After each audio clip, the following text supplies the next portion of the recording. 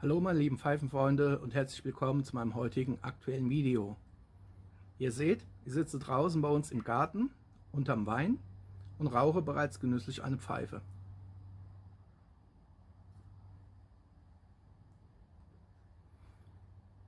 Die hier rauche ich gerade ein. Das ist von Paul Winslow, eine Crown Viking, die ich mir bei Darnpipe gekauft hatte. Das war ja am 10. Juli 2023 bei meinem Abschiedsbesuch. Und gerade eben während des Einrauchens ist mir etwas eingefallen. Und zwar möchte ich euch gerne nochmal den Tabak vorstellen, den ich hier zum Einrauchen nutze. Den Tabak selbst habe ich bereits vor 8 Jahren vorgestellt. Ich hatte 2 Dosen geholt. Den einen hatte ich vor 8 Jahren aufgeraucht.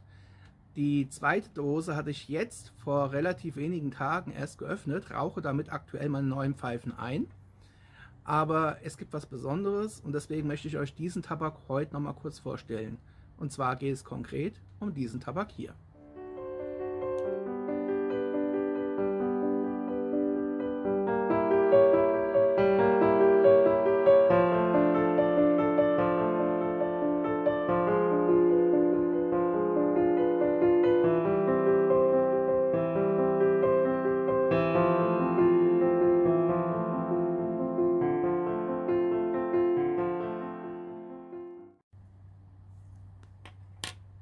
Ach, da seid ihr schon wieder.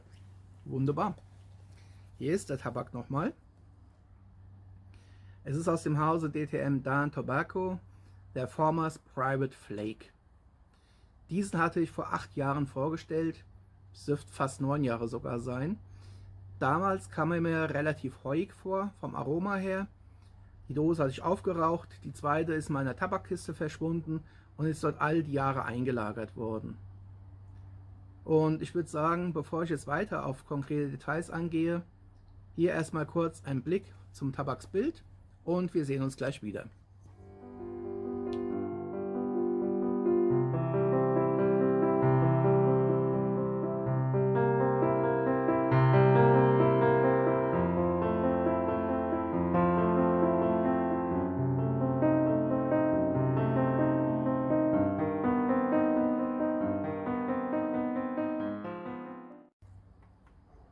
Da staunt ihr was. Als ich die Dose aufgemacht hatte, das ist jetzt schon über eine Woche her, habe ich erstmal einen riesigen Schrecken bekommen. Um Gottes Willen, der ist mir verfault. Ei Pustekuchen. Hier ist der Tabak nochmal. Als ich ihn damals geholt hatte, ich werde nachher das alte Video von mir verlinken, da war der Tabak richtig dunkelrot, braun, fast schwarz. Die Flakes, fällt es mir gerade so ein bisschen auseinander, die Flakes sind hier entsprechend gut eingebracht. Der Tabak hat von sich aus eine ziemlich hohe Feuchtigkeit behalten. Und was ihr jetzt hier grau seht, da gibt es, wenn ihr sowas seht, grundsätzlich 2 Möglichkeiten. Das eine ist die schlechte Möglichkeit. Das wäre nämlich, dass der Tabak im Laufe der Zeit geschimmelt ist. Und die zweite Möglichkeit ist, dass schlicht und ergreifend der enthaltene Zucker der Virginias ausgetreten ist. Den Unterschied kann man ganz leicht feststellen. Wir haben als Menschen das hier, den Gewürzprüfer, und genau den hält man einfach mal kurz an den Tabak ran. Wenn ich an dem Tabak rieche, da kommt einem ein extrem süßliches, aromatisch fruchtiges Aroma entgegen, das einen einerseits an eine Art Pumpernickel erinnert, aber auch Dörrobst. Getrocknete Pflaumen, getrocknete Äpfel, Rosinen. Also eine deutlich spürbare, fruchtige Komponente, die schlicht und ergreifend Lust auf mehr macht. Von daher, schaut ihn euch nochmal an, den Tabak. Kriegt keinen Schrecken. Wenn ihr den Tabak rausholt, er klebt immer noch zusammen. Halt ein Zeichen dafür, dass Darnpipe bzw. DTM Daan Tobacco ganz konkret zur Herstellung halt keinerlei Bindemittel verwendet. Das heißt, der Tabak klebt durch seine eigene Feuchtigkeit zusammen. Die Flakescheiben lassen sich aber wegen des fehlenden Bindemittels nicht einfach entnehmen, sondern, ihr seht es ja hier, ihr kriegt da schon mehr oder weniger einen Ready Rub dann raus und auch als genau diesen habe ich in meiner Pfeife eingebracht. Hier ist die Pfeife nochmal. Der Tabak ist bereits ja entzündet. Ich rauche sie ja schon eine Weile. Und während des Einrauchens ist mir eingefallen, Mai, stellst den Tabak doch noch einmal vor, wie er sich nach einer Zeit von über 8 Jahren in der Dose entwickelt hat. Wie gesagt, ich habe die Dose genommen, ich habe einen großen Umzugskarton und in diesem habe ich einfach Tabak eingelagert. Tabak reingepackt, gerade die Tabake, von denen ich mehrere Dosen hatte, oder halt auch Tabake, wo ich beim Kauf damals gemerkt habe, okay, du hast noch so und so viele Dosen über, es macht keinen Sinn, weitere Tabake zu öffnen, also Tabak in die Kiste, Tabak eingelagert, Tabak vergessen. Und jetzt nach 8 Jahren habe ich diese Dose wieder entdeckt. So, Dose ist zu, hier ist das Schmuckstück und habe einfach gesagt, okay, ich wusste ja, Former's Private Flake ist ein reiner Virginia Flake. Virginias sind für mich die allererste Wahl, wenn es um das Einrauchen von neuen Pfeifen geht. Den ersten Einrauchdurchgang nehme ich normalerweise mit Virginia Maison Oro durch. Habe ich auch gemacht bei meinen neuen Pfeifen. Und jede weitere Füllung rauche ich jetzt aktuell mit Former's Private Flake. Dadurch, dass der Flake sich ja automatisch aufrubbelt, bleibt einem gar nichts anderes übrig, als ihn eben halt als Ready Rubbed in die Pfeife einzubringen. Ja, ich feuere jetzt ausnahmsweise mal mit dem Feuerzeug nach.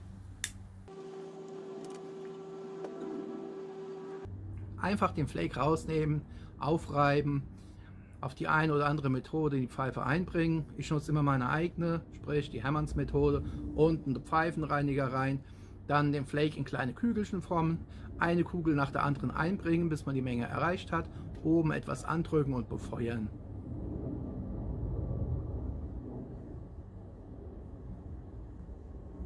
Die Dosen sind dermaßen gut versiegelt, dass keine Luft eindringen kann, dass keine Feuchtigkeit austreten kann. Der Tabak war noch über 8 Jahren 1A, wirklich von der Konsistenz her, er war immer noch gut feucht, er klebt zusammen, er duftet unwahrscheinlich gut und hat halt eben diese gräuliche Schicht drauf, die aber eben kein Schimmelpilz ist, weil das würde man auch erkennen an der Fädenbildung und vor allem halt an dem modrigen Geruch. Der Tabak hier riecht süffig. Süffig, süffig, süffig. Trockenobst und Pumpernickel. Bombastisch.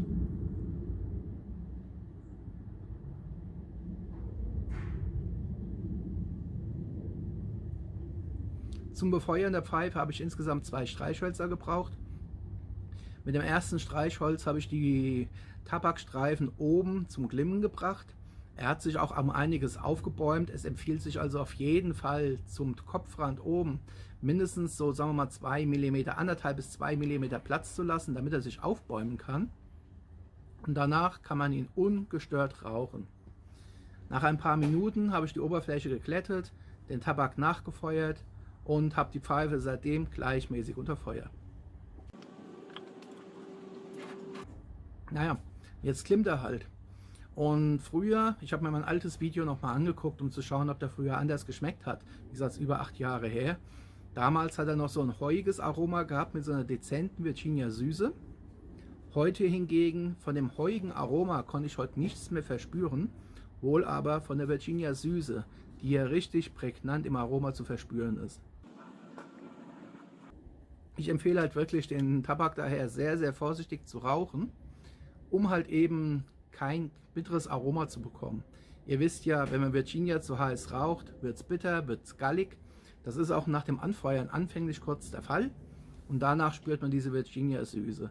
Diese nach Trockenobst fast schon triefende Süße.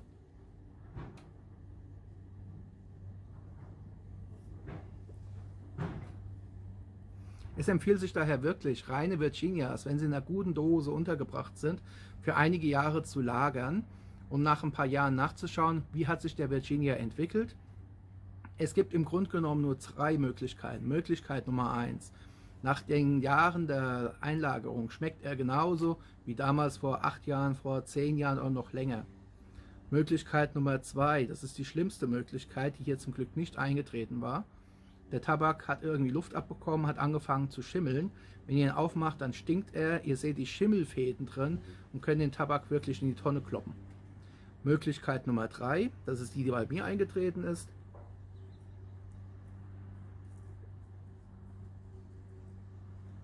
Der natürlich enthaltene Zucker ist einfach ausgetreten. Der Tabak ist durchgereift und er gibt ein 1A Aroma.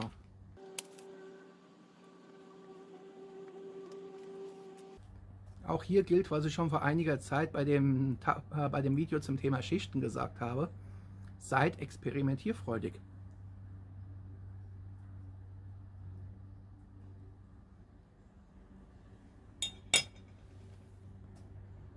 Es gibt einfach Tabake, die können durch lange Lagerung einfach nur gewinnen. Die Amerikaner, vor allem die Tabake von GLPs, die sind dafür ja förmlich prädestiniert und auch speziell dafür gemacht. Die sind in Metalldosen untergebracht, hermetisch luftdicht abgesichert und da wird sogar empfohlen, sie mindestens 10 Jahre lagern und reifen zu lassen. Den Tabak hier hatte ich damals 2015, vor 8 Jahren, von Darmpipe mitgebracht.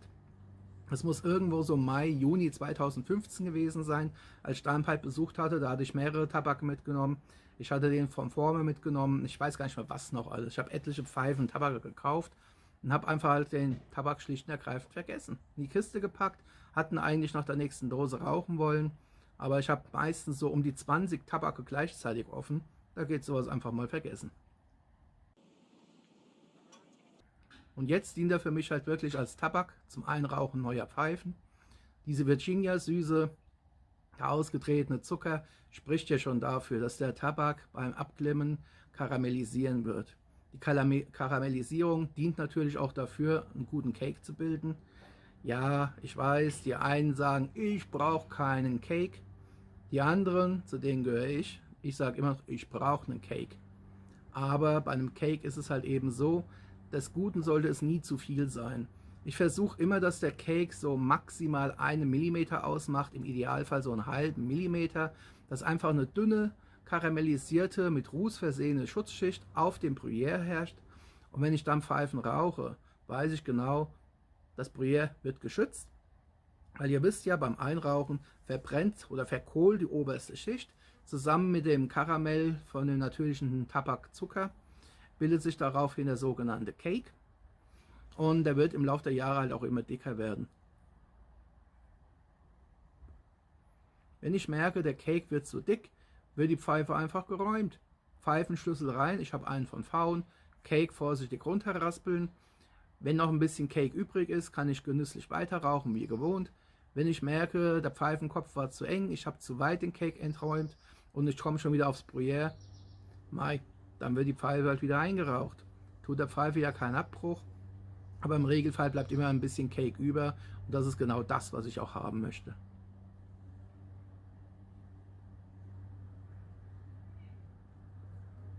Daher von mir nochmal ein Tipp: Former's Private Flake. Ich finde ihn nicht ganz so gut als Tabak, wie ich den Patriot Flake finde. Der Patriot Flake ist einfach ein bisschen ausgewogener, was das Aroma angeht. Aber jetzt, nach der Lagerung von über 8 Jahren, ist der Former's Private Flake bombastisch. Von daher, falls ihr ihn eingelagert habt, schaut nach, dass ihr ihn schön lang lagern lasst. Wenn ihr Glück habt, sieht der Tabak aus wie bei mir eben, dann habt ihr einen Jackpot. Weil besser kann es eigentlich gar nicht gehen.